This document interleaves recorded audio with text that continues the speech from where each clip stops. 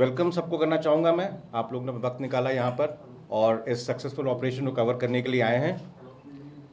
ये जो हमारा ऑपरेशन था इसको हमने नाम दिया था ऑपरेशन आसन, क्योंकि जिस इलाके में ये कंडक्ट हुआ था ये कल सवेरे करीब 7:20 पे शुरू हुआ था और ये पिछले बीते हुए कुछ दिनों का एक बहुत ही सक्सेसफुल ऑपरेशन है, बहुत ही क्लीन ऑपरेशन है, जिसमें हमने 3 खूंखार आतंकवादियों को मारा है, न्यूट्रलाइज किया है और हमारा कोई नुकसान नहीं हुआ, कोई कैजुअल्टी नहीं हुई और ये ऑपरेशन एक रिकॉर्ड समय में पूरा हुआ है। इसके लिए मैं सभी सिक्योरिटी फोर्सेस और जेकेपी और हमारी जितनी एजेंसीज़ हैं सबका शुक्रिया अदा करना चाहूँगा, क्योंकि एक बहुत ही अच्छा नमूना था कोऑर्डिनेशन का ऑपरेशन जिस तरह से किया जाता है। इसमें सबसे बड़ा रोल था हमारे आवाम का, क्योंकि अखनूर के इलाके में जिस तरह से हमारा उनके साथ में रिलेशनशिप है, हमको तुरंत खबर आती है अगर कोई बाहर से आता है या किसी ऐसे इरादे से आता है कोई गलत काम करने के, तो हमको तुरंत खबर आती है।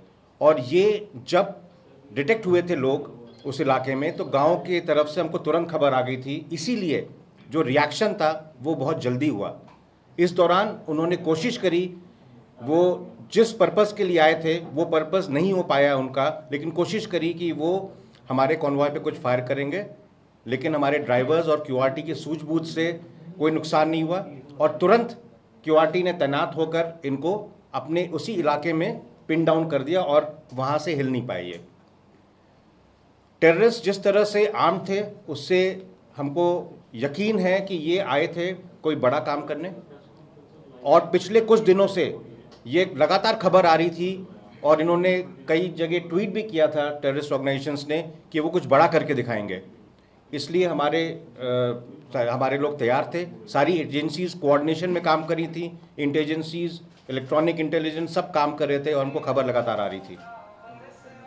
जब हमने ये ऑपरेशन लॉन्च किया तो हमने इनको एक इलाके में घेर लिया, लेकिन उसके बाद जो हमारे बहादुर सैनिक हैं, जिस तरह से जेकेपी का वहाँ पे साथ था हमारा, और बाकी हमने टेक्नोलॉजी का काफ़ी इस्तेमाल किया इसमें, जिसमें हमको लगातार सर्वेलेंस मिल रहा था अलग अलग एरियल ऑब्जेक्ट्स का।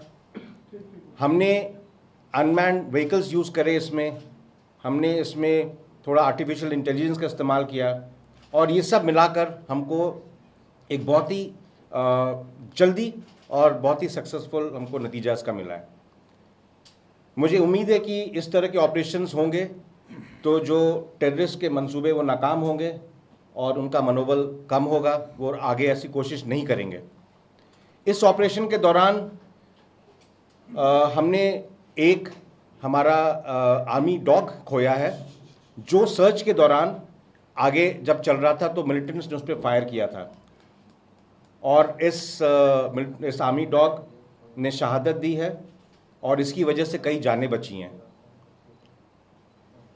इस ऑपरेशन के बाद इस तरह के काफ़ी खबरें घूम रही थी कि आर्मी ने जो है बीएमपी चढ़ा दिया, इस तरह की चीज़ें कर दी। मैं आप सबको यकीन दिलाना चाहूँगा कि वो इलाका ऐसा था जहाँ पर काफ़ी ग्रेडियंट था 30 डिग्रीज़ का और बहुत सारा वहाँ पे डेंस फॉलेज था। तो जब हमने वहाँ पर मिलिटेंट्स लोकेट करे, हमने एंगेज किया तो वहाँ जाना पॉसिबल नहीं था बिना खतरे के। तो हमने ये हार्डेंड व्हीकल्स को इस्तेमाल किया है वहाँ पहुँचने के लिए और हम पूरी इज्जत देते हैं किसी के भी पार्थिव शरीर को और उसके साथ ऐसा कुछ नहीं होगा जो एक सोल्जर को करना चाहिए। मेरी तरफ से ये पॉइंट्स थे आपके लिए। अगर कोई इस ऑपरेशन से संबंधित सवाल है तो आप पूछ सकते हैं। सर, आए थे, ऐसा लग रहा था कि वो कुछ बड़ा करने की फिराक में आए थे से क्या माना जाए कि ये रीसेंट इन्फिल्ट्रेशन थी टेररिस्ट की जो इंडियन टेरिटरी में? जो हमारी इनपुट है ये इन्फिल्ट्रेशन के लिए नहीं आए, क्योंकि इन्होंने जो वहाँ पर गाँव में बात करी है उसे ये लग रहा था कि ये प्लान करके आए थे कॉन्वॉय को टारगेट करने का और ये काफ़ी वाकिफ थे उस इलाके से। तो ये किसी पीछे के इलाके से आए और कुछ दिनों से हमको कुछ इंटेलिजेंस मिल रही थी पीछे के इलाके में जहाँ पर मूवमेंट ये हो रहा था। सर ये क्या, एक तो ये क्या अभी रिसेंट की इन्फिल्ट्रेशन है या फिर ये पार्ट ऑफ द वही ग्रुप है जो अभी इस समय राजौरी, पुंछ और कठुआ, डोडा में घूम रहे हैं? ये पार्ट ऑफ वही ग्रुप जो है वो वही मूवमेंट कर रहा है? I think I answered the same thing, that this is not a infiltration, fresh infiltration. This is the group which is in the hinterland, which we were following and getting inputs, and we tracked them, and they came here and they got exposed. क्या ये माना जाए कि ये FD थे? क्या ये माना जाए कि ये अभी जस्ट खत्म हो रहा है ऑपरेशन, वहाँ पे वाइंडिंग अप चल रहा है, थोड़े समय बाद ही मैं बता पाऊंगा इस चीज़ को। सर क्या इस बात की पॉसिबिलिटी भी है क्योंकि 3 आतंकी मारे गए, कुछ और इनके साथ ही हो सकते हैं आसपास के इलाकों में, क्या उसको लेकर भी कोई सर्च ऑपरेशन चलाया जा रहा है? इस इलाके में हम सर्वेलेंस रखेंगे अगर ऐसा है, लेकिन जो इनपुट मिल रहा है, जो सामान मिला उसके हिसाब से मेरे हिसाब से यहाँ 3 ही थे, लेकिन हम अपना गार्ड डाउन नहीं करेंगे, हम इसको सर्वेलेंस में रखेंगे और देखेंगे आगे। सर अजय जंडियाल में सबसे बड़ा चैलेंज आपके सामने क्या था?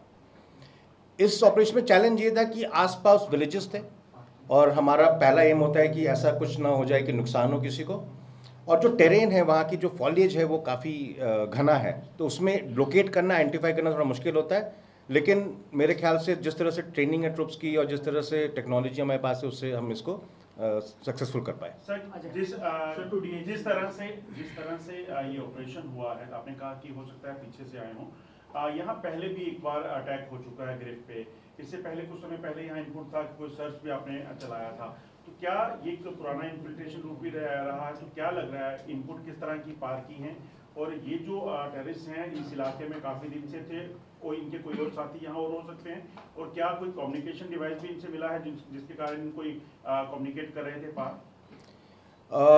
आपने बहुत सारे सवाल कर दिए। ओके, इन्फिल्ट्रेशन जो है इस इलाके में एलसी के साथ होता ही रहा है, लेकिन पिछले कुछ सालों में जिस तरह से एलसी में सर्वेलेंस और हमारा काउंटर इन्फिल्ट्रेशन ग्रिड मजबूत हो गया है, आपको पता चला होगा इस इलाके से इन्फिल्ट्रेशन नहीं हुआ है अभी।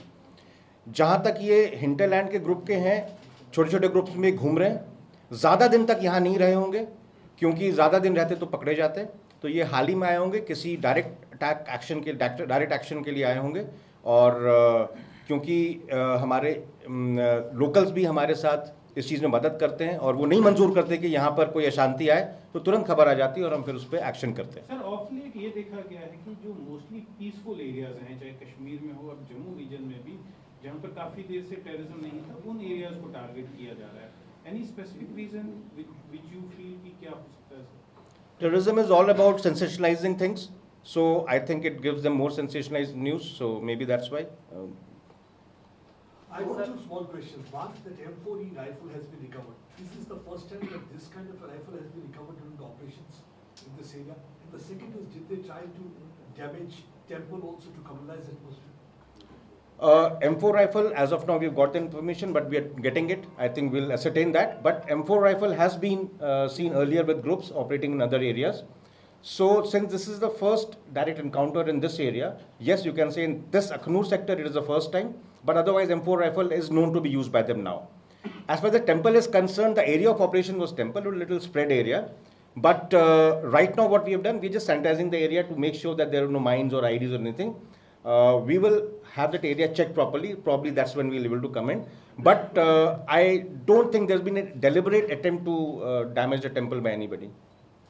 सर अब आने वाले चंद दिनों में बर्फ पड़ना शुरू हो जाएगी, घुसपैठ के रास्ते बंद हो जाएंगे, तो आपको लगता है एक बड़ा चैलेंज रहेगा आपके लिए, क्योंकि आतंकियों की कोशिश रहेगी कि बर्फबारी से ठीक पहले वो घुसपैठ करें?